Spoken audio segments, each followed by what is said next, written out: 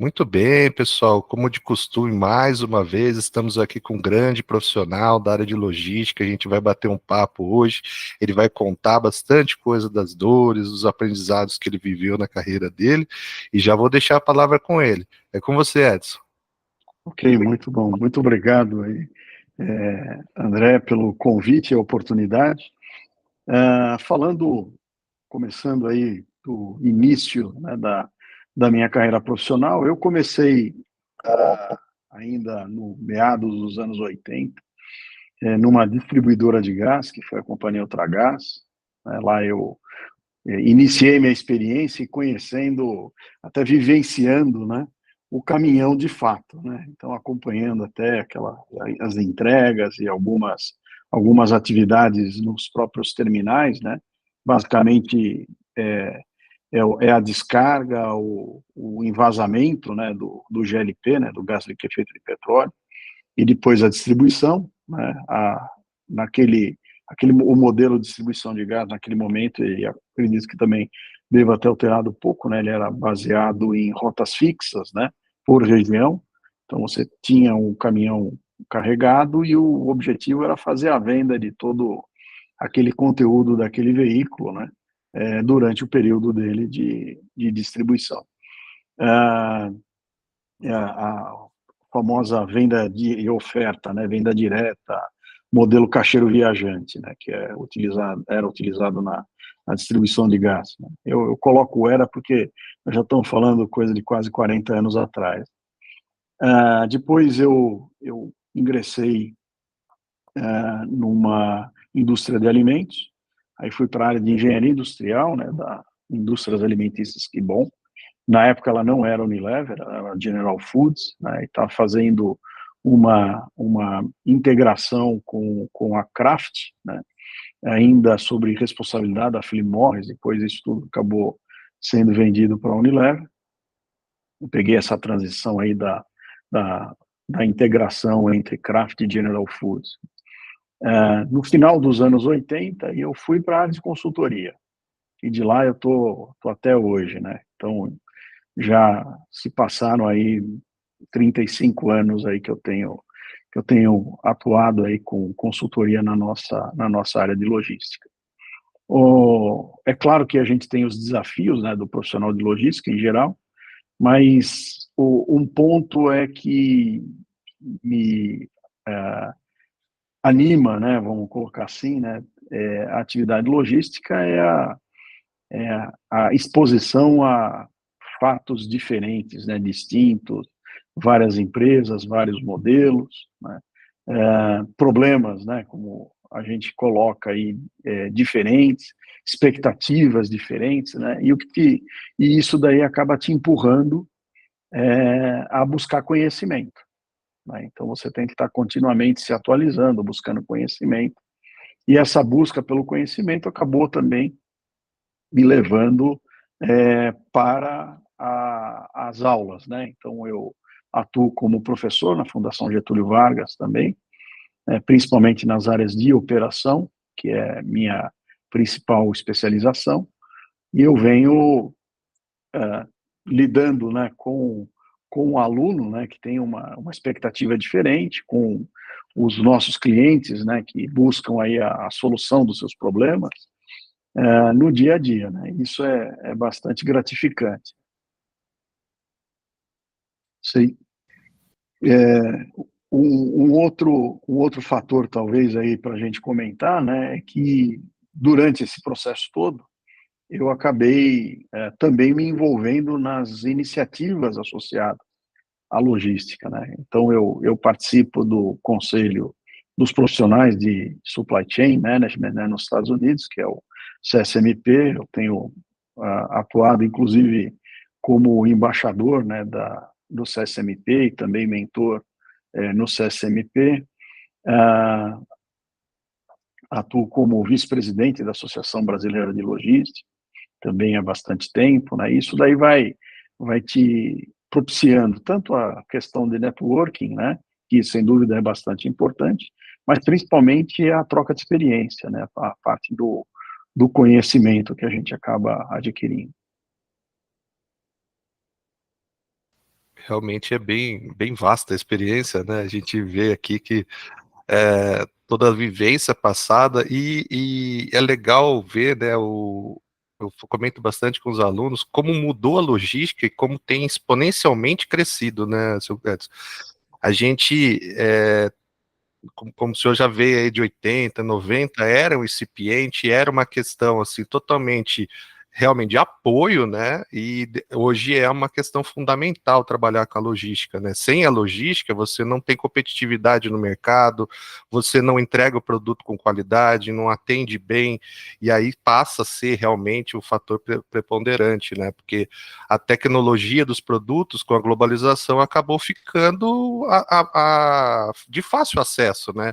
Então a gente consegue desenvolver tecnologicamente os produtos de forma mais fácil, tudo, mas daí de repente como a gente encaixou toda essa logística, como que a gente recebe todo esse material, a busca por fornecedores de fora do país, como que se encaixa tudo isso, né? Como que a gente trabalha pensando assim, onde que a gente vai deixar a nossa matéria-prima? A gente deixa tudo aqui no Brasil, deixa no entreposto aduaneiro, deixa na China, deixa na África do Sul, onde que a gente vai deixar todas as decisões estratégicas, né, que veio mudando e principalmente depois do impacto da pandemia, né, os reflexos voltados da pandemia, o que o senhor pode comentar de tudo isso aí? Eu vou buscar aí até um pouco dessa história toda, né? Como você viu aí, né, de 86 para cá, nós estamos falando em 38 anos. Eu estava conversando com um amigo lá, que a gente tem uma associação com algumas empresas internacionais. Eu estava fazendo uma viagem, eu participo como jurado também do prêmio da Intralogística que acontece na Alemanha, né? Então, anualmente, eu acabo viajando, participando aí de alguns encontros para a gente estar falando sobre as novidades, né? E aí eu estava falando, puxa, mas 38 anos, né, na área, né? Se você pegar desde o momento lá de iniciar carregamento de caminhão com botijão e cilindro de gás, né, até hoje, aí ele falou, olha, deixa eu te dar uma dica, não fala que você tem 38 anos de experiência, para nos 35, porque até os 35 anos você é experiente, depois disso você passa a ser velho, né? Então, fala que você tem 35 anos de experiência, né? Mas, para comentar um pouco, né, quando a gente está falando aí algo aí de quase 40 anos, né, era uma situação onde que a gente estava buscando a mecanização, né? Então, era como fazer, por exemplo, o carregamento de um veículo ou a descarga, né?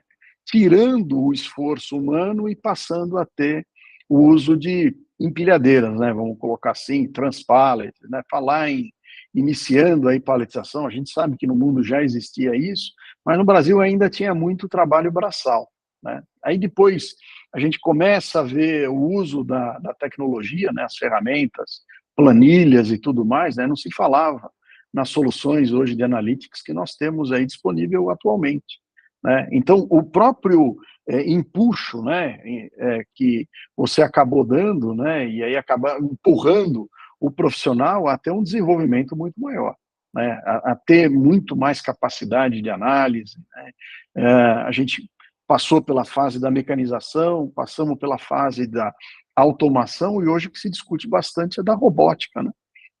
A gente, quando visita eventos aí, principalmente aí pelo mundo, né? Antes você ia buscar quais eram as inovações, por exemplo, em veículos industriais, né? Os rebocadores, empilhadeiras, os transpallets. Hoje você já praticamente não vê mais esse tipo de equipamento, né? Hoje que nós estamos falando, mesmo transportadores contínuos, né? A gente já não está mais quase vendo isso como novidade. A novidade agora é fazer a integração da robotização, né? Então são os AMRs, né? Que são os veículos autônomos, né? De movimentação. A gente já começa a discutir o uso, né, dos robôs humanoides em operações intralogísticas. Então a gente está vivenciando um novo modelo, né, que é bem desafiador. A gente tem um gap, né, que é o desenvolvimento desse profissional, e você que trabalha com educação, né, você sabe da importância de você preparar o profissional da logística, né, a ter muito mais habilidades, né, antes aquele carregador passou por um momento que ele teve que começar a se habituar com o uso de coletores de dados, agora a gente já está falando de embarcar comunicadores via voz, né, incorporar soluções de realidade aumentada. Então, o desafio do profissional passa a ser cada vez maior. Até mesmo você pensa no motorista de caminhão, né, que também é uma operação relativamente simples, né, claro que é importante, mas simples, que no passado era bem usual, né, você vê aí um profissional passando, inclusive de pai para filho, né, essa habilidade, né, esse negócio de conduzir um veículo pesado, né, e a gente foi incorporando tecnologia embarcada no veículo, né. Então aquele profissional que não se atualizou, que estava lá atrás e sabia dirigir muito bem, né, um Fenemê, um Poca de Jacaré, né, os veículos mais antigos, né, e hoje ele senta num caminhão e não sei como dirige esse bicho aqui, né. Tem tanta tecnologia, é botão, né, você já não tem mais quase que em alguns veículos nem mais o câmbio, né, e a gente já está falando aí o uso de veículos com cada vez mais tecnologia embarcada até ele ser em parte autônomo até totalmente autônomo, né. Então é um desafio, né. Mexer no Excel já não é mais a habilidade que você espera, né, do profissional da logística, né. Você já espera muito mais dele, né. Capacidade de trabalhar com ferramentas aí como Alteryx, Power BI e outras soluções que vão permitir ele ter o analytics, né, maior e até soluções como, por exemplo, os otimizadores, né, que a gente acaba já vendo cada vez mais, né, para fazer a modelagem, a otimização de ambientes de planejamento, ambientes de transporte, até mesmo para fazer o desenho de malhas, né. Então, realmente é bem desafiador aí o que a gente tem vivenciado aí ao longo dos anos. E outro ponto, assim, o senhor chegou a comentar sobre gap, né? E eu converso bastante com meus alunos que a gente tem uma realidade nacional e a realidade internacional, né? Como você comentou aí, muita coisa de robotização, de automação, e aí tecnologias e tal.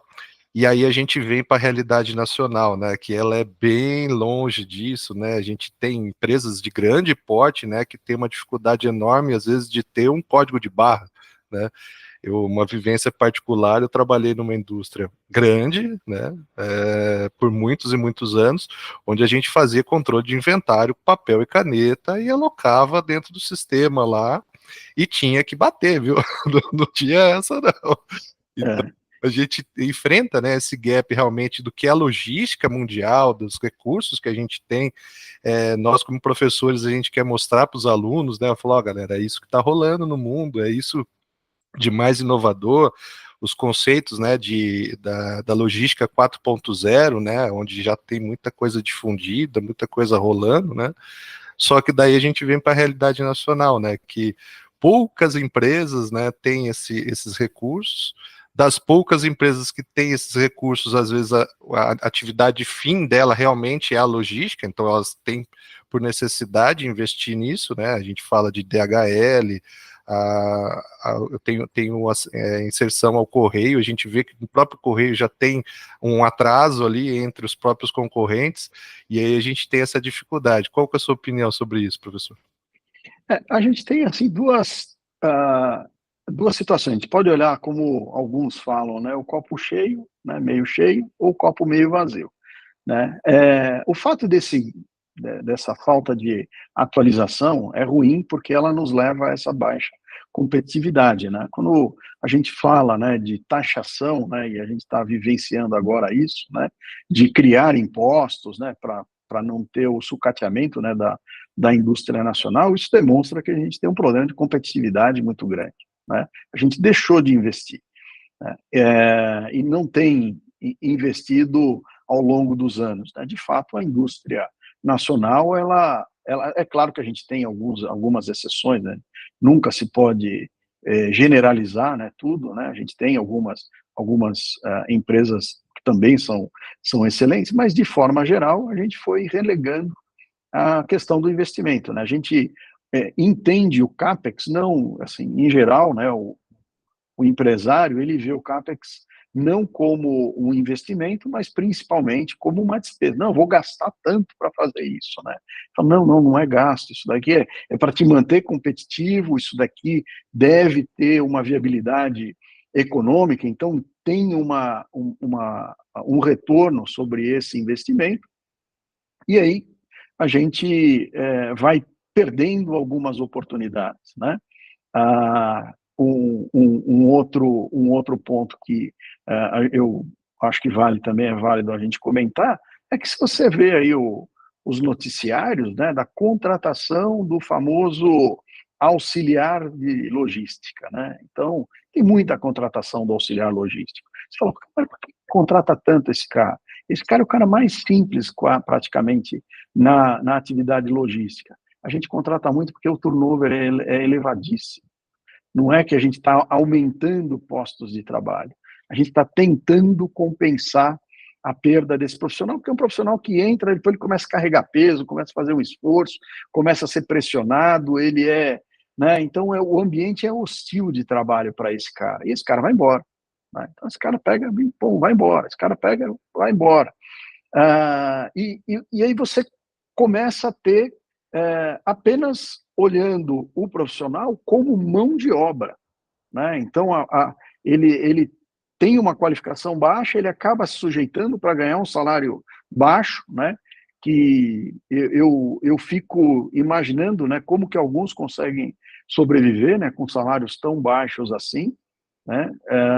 E realmente é uma dificuldade que acaba não aguentando, e ele vai embora, depois ele fica um tempo desempregado, e aí aceita uma outra oportunidade, né, um outro trabalho, também na mesma...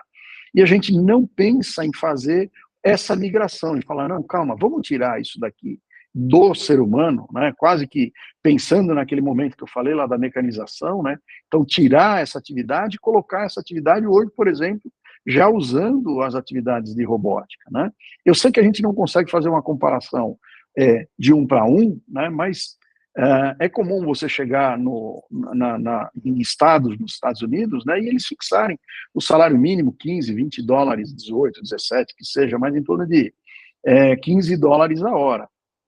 Né? Então, 15 dólares a hora, e você fazendo uma comparação com um AMR, né, que ele, lá nos Estados Unidos ele deve estar custando aí uma faixa de uns 15 mil dólares, então você fala em 1.000 horas, só para também a gente simplificar, a gente consegue fazer a viabilidade. Se você pensar que eu tenho 200 horas mensais de um colaborador, em 3 turnos são 600 horas por mês. Em 1 mês e meio, o robô se paga. Né? Então, você assim, rapidamente, você consegue fazer essa viabilização.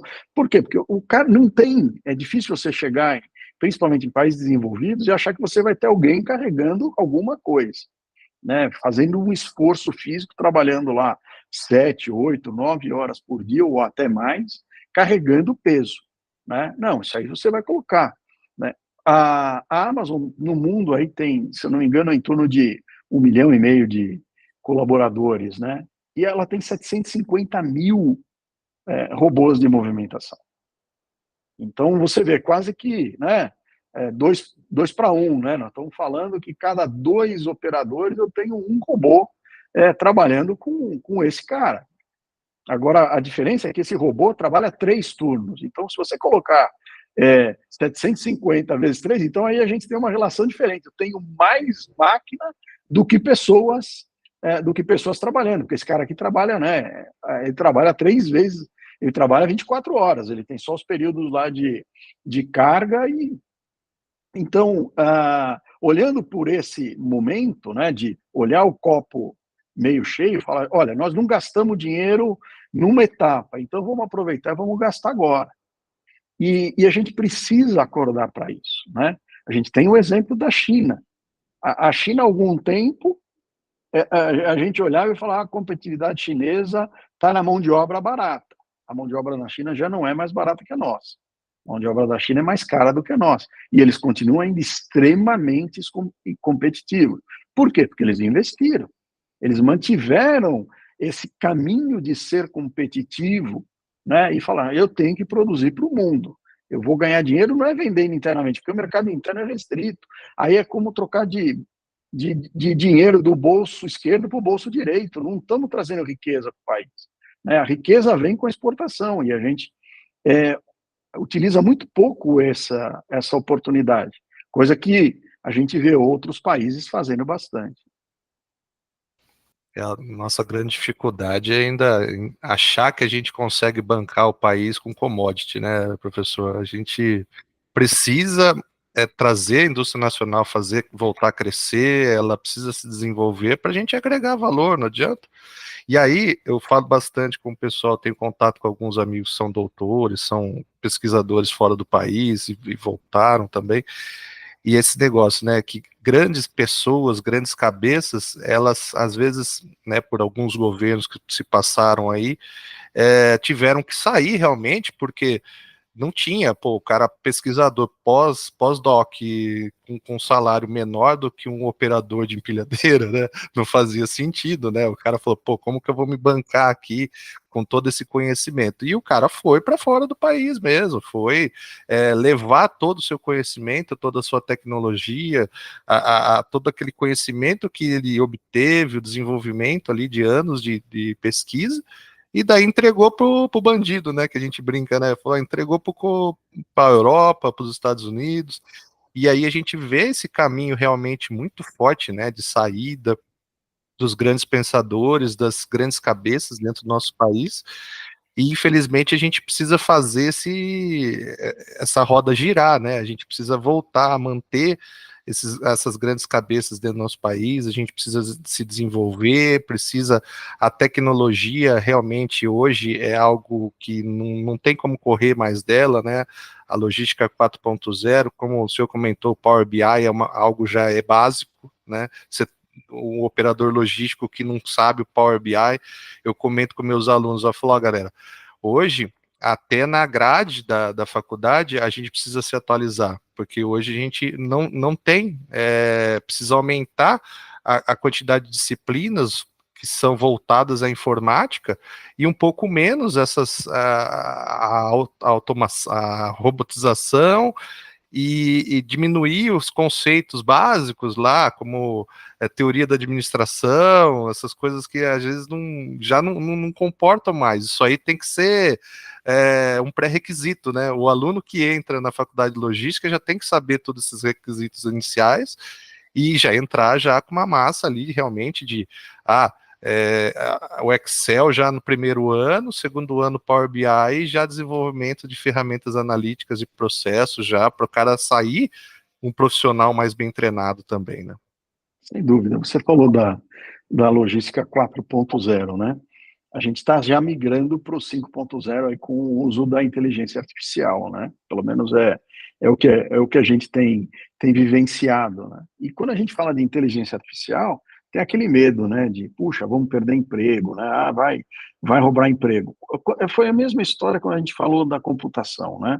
Que a computação ia acabar com muitos empregos, né? Pelo contrário, se a gente olhar, né? Com o computador, nós criamos novos empregos, né? E teve um aumento, né? Um incremento do número de profissionais. A mesma coisa vai acontecer com inteligência artificial. Até a gente comenta, né? Que o que vai roubar emprego não é a inteligência artificial. Quem vai te roubar o teu emprego é aquele profissional que souber usar a inteligência artificial. Então, sem dúvida alguma, vai ter que entrar na nossa pauta. Eu tenho lido alguns livros de como fazer pergunta, né, para o chat GPT. Então, você já tem lá, mas dependendo da pergunta que você faz, você vai ter uma resposta. E ela pode ser diferente, ela pode nem ser boa.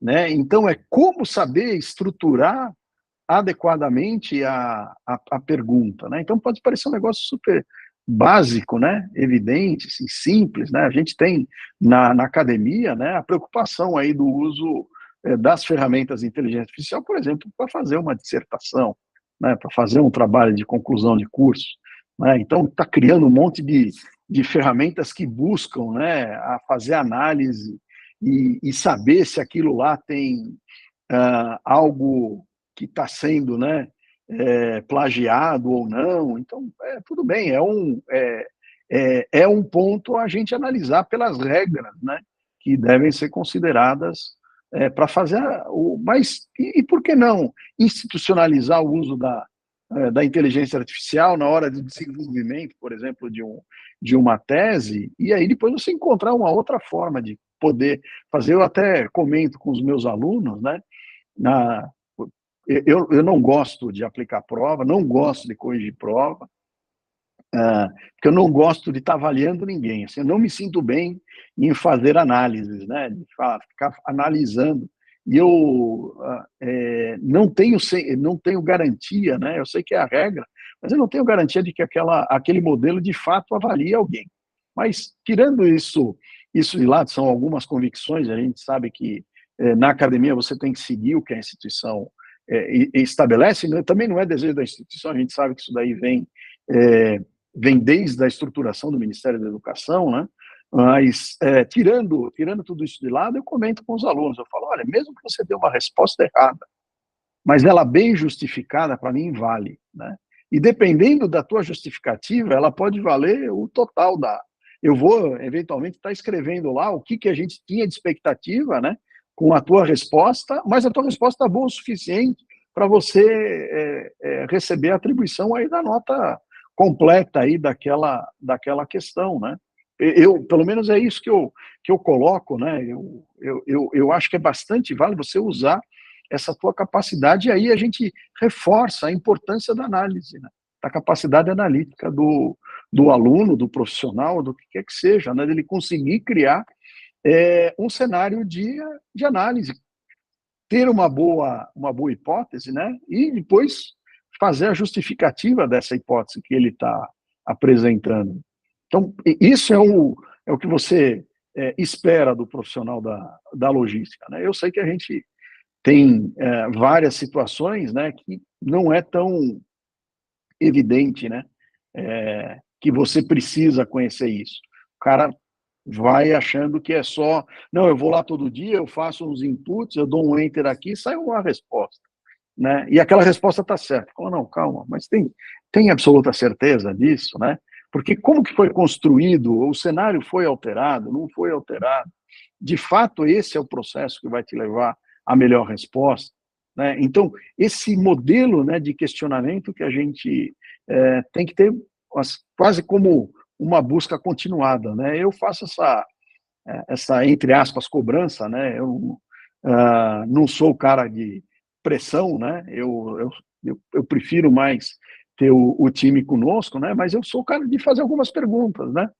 Mas ficou bem isso, aquilo, puxa, é verdade, eu não vi. Então, mas você não achou que ficou estranho esse resultado que você obteve, né? Não parece esquisito a gente ter tido todo esse ganho, né? Ou essa redução aí de recurso ou de gasto, não está meio esquisito? Será que se não fosse assim, alguém já não teria percebido? E aí você começa a provocar para o cara buscar, de fato, algo que vai te levar a justificar aquela hipótese que você trouxe. É realmente bem interessante. E essa proposta aí de ensino, eu tenho uma proposta assim de avaliação continuada. O que eu falo com meus alunos? Eu falo assim, olha, não vou dar prova, mas todo dia vou fechar a aula e eu vou dar uma atividade para vocês desenvolverem. Porque aí vai forçar vocês a entender aquele conceito, né? E qualquer dúvida vocês vão me perguntar. Então a gente sempre fecha assim o finzinho de aula com atividade. E aí a atividade vai somando ponto. Daí eu falo para eles, ó, vocês já tiraram 10, porque vocês já fizeram todas as atividades. E aí tira aquele peso, né, da prova, assim, né? E eles acabam aproveitando mais também, né? E eu acho que assim, né, professor, a gente também foi muito tempo aluno, a gente faz assim, tem o lado da empatia, né? O que eu gostaria que fizessem para mim, né? E eu tinha, nossa, como o senhor falou, eu tinha pavor de semana de prova. Eu estudei quando era adolescente, eu estudei num colégio católico, né? Que a gente tinha a semana de prova. Então, a semana de prova era a semana Era que o a gente terror, né? falava, nossa, agora ferrou, a semana de prova. E aí eu mudo um pouco, né, esse conceito, bem alinhado com o que o senhor fala, né? Tem que ter os alunos engajados, os alunos comprometidos, que aí fica mais gostoso até para a gente dar aula, né? Eu lembrei de duas situações, né? Uma foi assim que eu fui convidado a dar aula na Fundação Getúlio Vargas, né? Eu entrei numa turma, naquela época, pós-graduação, o MBA, lá tinha um monitor que ficava dentro de sala de aula, dando apoio burocrático, vamos dizer assim, ao professor. Então, era questão de chamada, distribuição de material, tinha algumas funções e atividades, né? Então, ele ficava sentado lá. Eu lembro que eu, na abertura, me apresentei e tudo mais, a gente comecei a falar um pouco, tal, e aí eu falei, quem está aqui só para tirar nota, né? Que veio aqui para a aula e está falando, não, eu tenho que assistir a disciplina, porque eu preciso ter presença, porque eu preciso tirar nota. Ninguém, obviamente, ninguém levanta a mão nessa hora, né? Eu falei, não, porque quem tiver aqui para dar nota, me fala que eu dou a nota e aí você pode fazer outra coisa, porque se você não está preocupado em aprender o que eu vou ensinar, cara, não vou ser eu que vou. Você acha que você está fazendo isso aqui por mim? Você tem que estar pensando que você está fazendo isso por você. Então não se preocupa com isso, eu te dou a nota, eu vejo como faz o negócio das faltas, e aí vai fazer coisa que você acha mais interessante, fica na tua casa, vai para o bar, faz qualquer outro negócio, não precisa ficar aqui na sala, né? E aí me chamaram na sala lá, a diretora, a coordenadora do curso, professor, mas como que você fala um negócio desse na sala? Eu falei, não, é só que quis mostrar para o cara que ele tem que estar lá pensando no que é bom para ele aqui. Pô, se eu estou lá, né, vamos fazer do limão a limonada, né? Ou caipirinha, faz o que você quiser, né? Aproveitando que você já está lá no limão. Pô, agora você vai lá e já, ai, que saco, né? Pensando em fazer outras coisas, o negócio não vai fluir, não vai ser legal. E eu também lembrei que você falou que aplica aí uma atividade, né? Todo final de aula, né? Eu tinha uma professora no colegial, né? Era uma professora de matemática e ela fazia toda a aula, ela dava a tal da lição de casa, né? Os deveres aí para casa, né? Ou para casa, como o mineiro gosta de falar. Ela dava e esperava que você trazia na outra aula. E a regra para ela era a seguinte, né? Tinha um peso essas atividades e ela dava nota. Se você fazia a lição de casa, ela te chamava na lousa, né? Então ela sorteava isso, e aí você ia lá e desenvolvia aquilo que estava escrito no caderno. E ela tinha um critério bem interessante, né? Quem falasse para ela que não tinha feito a lição, levava zero. Quem não falasse para ela que tinha feito a lição e ela descobrisse na hora que ela chamava para ir levava 2 zeros, né? E quem copiasse a lição de outro, e ela percebia isso quando ela chamava lá na lousa, né? E na hora de desenvolver, tinha uma coisa no caderno e depois na lousa, ou o cara não conseguia resolver, ou não tinha, levava 3 zeros, né? Então, era um negócio assim.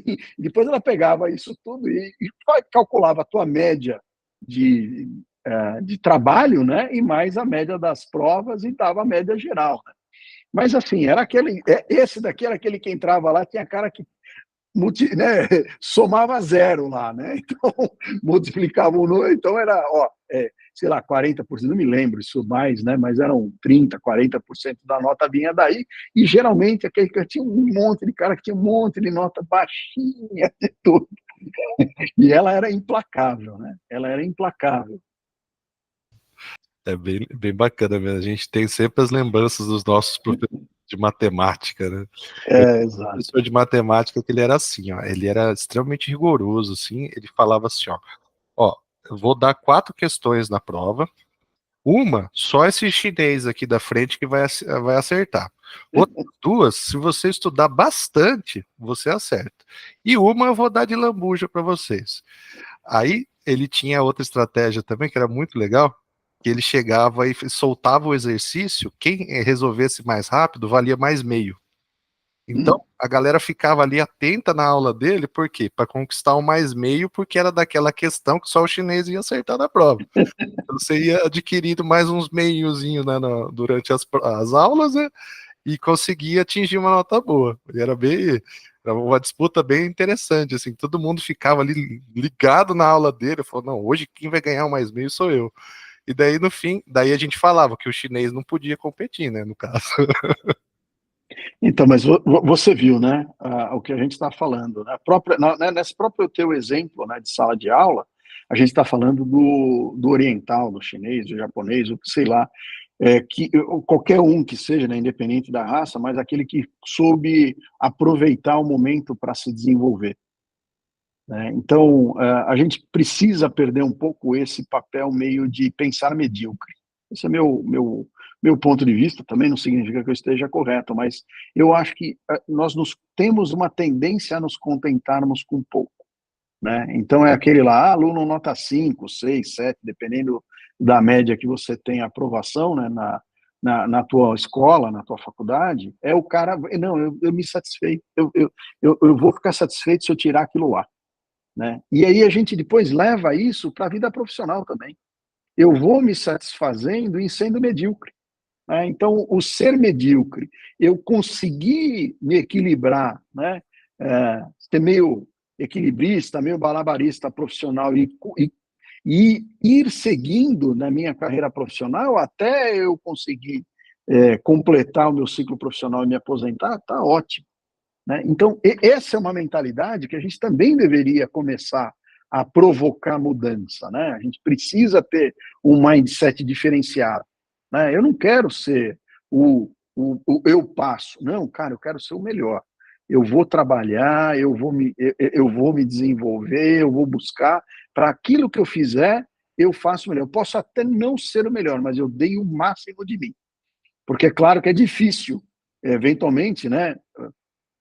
A gente ser o melhor em tudo, né? Mas eu sei naquilo que eu for fazer, que eu for me desenvolver, eu vou fazer para ser destacado, né? Ser o melhor, ou quase, não importa, mas eu não vou me contentar em ser razoável, né? Eu não quero me contentar em, não, entreguei lá o produto para o cliente, ufa, né? Entreguei, ufa. Não, cara, não, eu entreguei, mas eu fiz melhor dessa vez.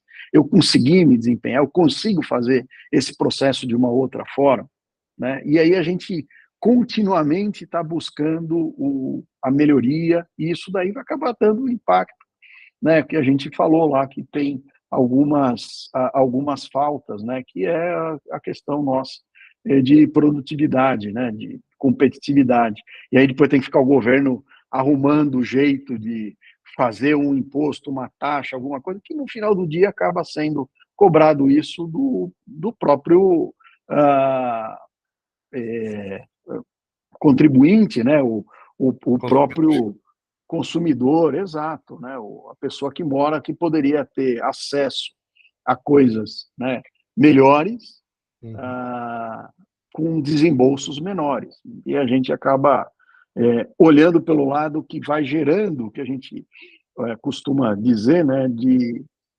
ciclo de vicioso, né, de improdutividade. É um ciclo vicioso, né, e não virtuoso, que vai te levando para melhor, né? Ele vai te levando cada vez pensar menor, né? Isso. Excelente, professor. Gostaria de pedir agora no finalzinho aí, o senhor já até adiantou algumas coisas, mas um conselho para a nova geração que está entrando no mercado da logística, né? Imaginando que o senhor passou 40 anos já na logística, o conselho que o senhor dá para os jovens que estão saindo do mercado, o que devem buscar, os principais soft skills, né? Os principais hard skills, né? O profissional de logística hoje para o ano de 2024, 25, que estão saindo para o mercado, deve buscar. Aqui é um ponto até de paradoxo, né? Porque o que eu vivi, né, está muito ao longo do momento de hoje para trás. E mais do que a minha experiência, e aí acaba a minha experiência profissional acaba sendo muito mais uma experiência de vida, mas é entender que o que está lá atrás, o que está passado, não vai ser o que vai estar lá na frente. Não adianta eu projetar o futuro com base no passado. O passado deve servir para que a gente veja os erros. O que me levou a tomar uma decisão errada, né? E evitar de fazer novamente aquele mesmo erro. Tá? Então, deveria servir para isso. Porque o futuro a gente tem que buscar, a gente tem que olhar para frente. A gente tem que deixar muito, né, de olhar para trás e pensar lá na frente. Onde que deveria, onde que deve estar o mercado, os meus clientes, no futuro, né? Eu estava discutindo numa reunião aí com um grupo de conselheiros, né? E a gente estava olhando as empresas que participavam da Fortune 500 em 2010, e quase metade delas não estava mais em 2020. Quer dizer, em 10 anos, metade das empresas ou fecharam ou elas caíram demais de ranking de posição e deixaram de figurar entre as 500 maiores empresas no ranking da Fortune. Então, achar que a gente pode continuar fazendo as coisas, né? O ponto aqui é que o status quo não vai nos levar onde a gente gostaria de estar. Pode ter certeza disso, né? Achar que time que ganha não se mexe é um grande equívoco, né? Então, para mim, esse é o principal ponto. Não é fazer o que eu estou falando, mas é o que você está visualizando. Então, o profissional, ele tem que ver para onde ele está indo, o caminho dele, e ver qual que é a melhor forma dele chegar lá. É claro que eu posso ajudar falando o que eu não faria, mas o que eu faria, eu posso estar limitando a capacidade dele de tomada de decisão, porque ele está deixando de tomar a decisão dele, está tomando a minha decisão. Então, se desenvolver, você quem tem que ser a pessoa de mudança, né, da transformação da sua vida. Não fique esperando o outro fazer isso por você, porque é botar o teu futuro na mão de alguém, né? Não, faz você teu futuro mesmo. Muito bem, professor. Obrigado mais uma vez aí pela sua disponibilidade, seu tempo. Imagina, um prazer, André. Normalmente eu posto os vídeos durante a semana ou aos finais de semana, daí eu mando uma cópia para o senhor dar uma olhada também, dando Legal, obrigado. Aí a gente sobe para o canal e daí faz os links com as plataformas do LinkedIn, YouTube e demais aí. Beleza? Não, perfeito, eu agradeço. Obrigado mais uma vez e um bom dia de trabalho aí para o senhor. Obrigado para nós. Tchau, Até tchau. mais. Até logo.